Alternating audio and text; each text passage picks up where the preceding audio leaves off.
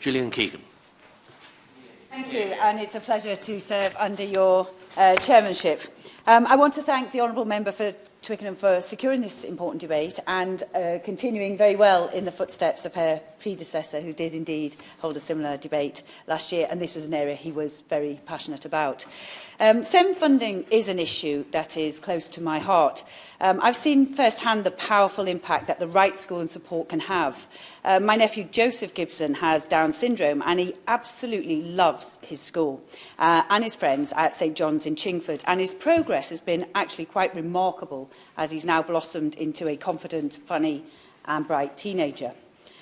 As MPs as well, we'll all have met with families who are struggling to get the best education for their children, and there is nothing any poor parent wants more than their children to be happy, safe and confident at their school and to make friends. In West Sussex, we have a higher than average percentage of children with special needs, and the system is under increasing pressure, and it's made much more challenging by the growing complexity of needs, as actually we get much better at diagnosing those development needs and doing something to actually help children to develop their potential. I recently visited one of the special needs schools in my constituency, Fordwater, who do a fantastic job supporting the most vulnerable children and young adults in my community. But sadly, there are huge pressures on the school driven by the increased demands and insufficient funding. The school currently spends 93% of its budget on staffing, and it's necessary to ensure that the children in their care are kept safe. As a consequence, budgets are super tight, and there are parts of the school that are simply not fit for purpose. When I went to the school on my visit, 3 of the classes were under an enforced closure due to water leaks. And unfortunately, the school did secure extra funding to fix the roof, but not to address the underlying issue, which is more money is needed in the capital budget to mean that the buildings are maintained correctly. The school cares for and educates some of the most vulnerable in society, and yet their facilities are just simply inadequate. Their primary block is comprised of dated prefab buildings described as condemnable by Sophie Clark, their head teacher. On Friday this week, I'm due to visit St Anthony's School in Chichester. They are oversubscribed by 2 classes, putting extra pressure on resources. And despite this, they are receiving more and more admission requests. And Fordwater's in the same boat, with applications that could fill the school by half again. And this overfilling is particularly challenging, as many of the pupils need sensory spaces and quiet places to handle behavioural issues. And sometimes that becomes increasingly difficult as the numbers rise. St Anthony's is an Ofsted-rated outstanding school and has been for the past 9 years, so it is increasingly popular. The head teacher, Helen Ball, told me it's becoming increasingly difficult to maintain the provision we want with adequate accommodation and funding. This is despite a top-up funding which has increased recently from £3,920 to £4,100 per pupil, as the costs that they are incurring far outweigh that uplift. I'm aware that my local authority, West Sussex County Council, are receiving £8.3 million more in their designated schools grant, and that is an increase of 10.4%, and it's very welcome. But even with this, there is a spending gap of £2.4 million, and I'm aware the Council have put in an appeal to the Secretary of State to plug that gap, something I hope the Minister will support.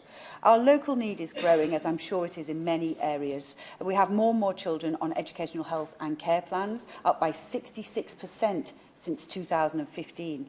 An example of the raising costs is even the home-to-school travel costs, which are paid for by the Council, and they've grown by over 20% over the last 2 years. And I've heard from a number of parents who are fighting hard to get EHCP assessment for their child, and many are finding that there is insufficient support through the application process, and it's overly complex. And I believe we should look to simplify this process to make assessment more straightforward. To cope with the ever-increasing demands, Chichester needs capital investment to expand. We simply need more places, and in some cases make safe the special educational needs provision. We need to ensure we're not just providing adequate care, but brilliant care, and we do need more investment to do that. Longer term, this will save money. Overstretching services means many children are travelling significant distances to access the specialist support they need. One child about to start Fordwater will commute 40 minutes each day to attend the school's 16 to 19-year-old autism centre. I'm happy to give way. Thank thank the honourable member for giving way, and could I commend the member for bringing this to the floor. It's something that's dear to my heart, and I want to certainly see change in my constituency of Upper Bann and Northern Ireland. Will the honourable member agree with me that we need to create the best school environment? You've mentioned about travelling and the distance that people have to travel. Within Northern Ireland, my colleague within the Assembly is bringing forward mandatory training for autism for teaching staff and classroom assistants. Does the member feel that that would be best placed to implement that throughout the whole of the United Kingdom?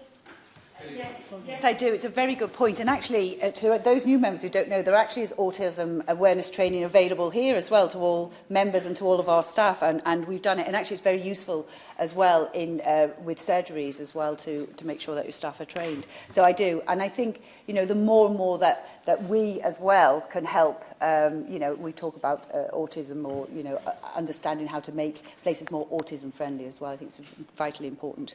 Another thing that drives expense in my area, I'm sure in others as well, is when you don't have the provision in the area and children are placed out of the area. And that on average costs £45,000 per child compared to £19,000 if you were in a local special school. So in December last year we had nearly 500 children being funded out of the county, which is a massive cost. So there is a pressing business case for strategic investment in the county rather than endless reactionary spending. I'm very happy to give way. Very grateful for her giving way. Does she share my concern that it's not just about them being placed outside of area, but also very many of these children end up being placed in settings that are not fit and in fact not registered as official educational settings and therefore not inspected by Ofsted? The way that local authorities get over this is that there is a code of conduct. But does she agree with me that actually if these children are being educated in alternative provision settings, all those settings should be registered and properly monitored so that they're getting the help that they need and the education they deserve? Yes, that sounds a sensible suggestion. I haven't come across that myself. In fact, most of the facilities that the children are going to are amazing, in fact, because we don't have equivalent facilities in West Sussex. So, and many of them are private provision as well, which is why they're so expensive. Our local special needs schools are clearly stretched to the limit, and this has implications on staff as well. Understandably, extra support is often needed for children with certain behavioural challenges, and therefore I'd be interested if the Minister in her response could outline any steps being taken to ensure mental health support is available for staff who endure much more emotional stress in the workplace than many other school settings. As children, I'm very happy to give way. Well, members, you know, quite understandably be focused on complex needs, but would she accept that something like 10% of all pupils have got speech and language difficulties, and that speech and language and oral communication is the basis of all learning, whether it's mathematics or reading or any academic approach? And yet the amount of money given per child varies from about £30 to £300. There's very much a postcode lottery. And does she agree with me? I mean, I chair the all-party group on speech and language difficulties.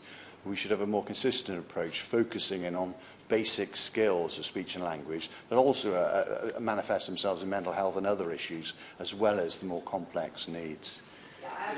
It's a life changer. You know, I go back to my nephew with Down syndrome. His speech is amazing now, and it is through that type of support. And, you know, frustration, behavioural issues, and as you say, mental health issues, if you can't communicate to the best of your ability. So it's absolutely vital. And again, it's one of those things that has a business case all in itself in terms of, you know, enabling that young person to develop and be the best that they can, and you know, to prevent other issues developing. So I absolutely agree, it's vital.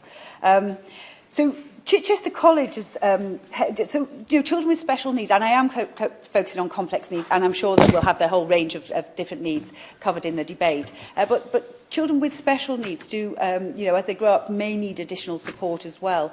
And I think, you know, things that most of us don't think about, getting on a bus, cooking dinner, you know, being safe on the street, all of these things, they may need additional support as well. And it does seem that there's also less support available as these children get into the sort of late teenage, early 20s years.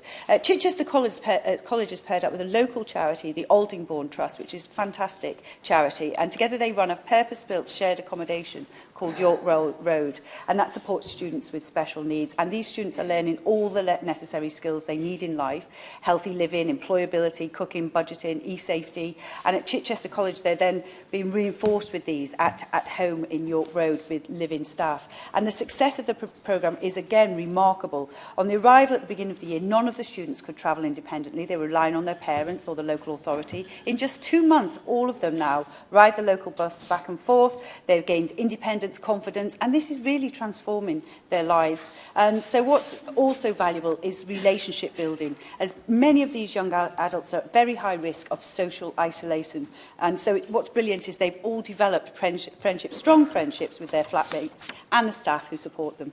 And this intensive method of rehearsal, reinforcement and reflection works, and furthermore is totally in line with the Department of Education's preparation for adulthood agenda. And I urge the Minister to look into the success of this programme and see if such partnerships could be expanded and replicated in all other areas, because parents very much worry about what is going to happen to children who have complex special needs as they get older. The project's fantastic. However, the next step into the working world is fraught with difficulty. This is an area where I hope the government will give more attention.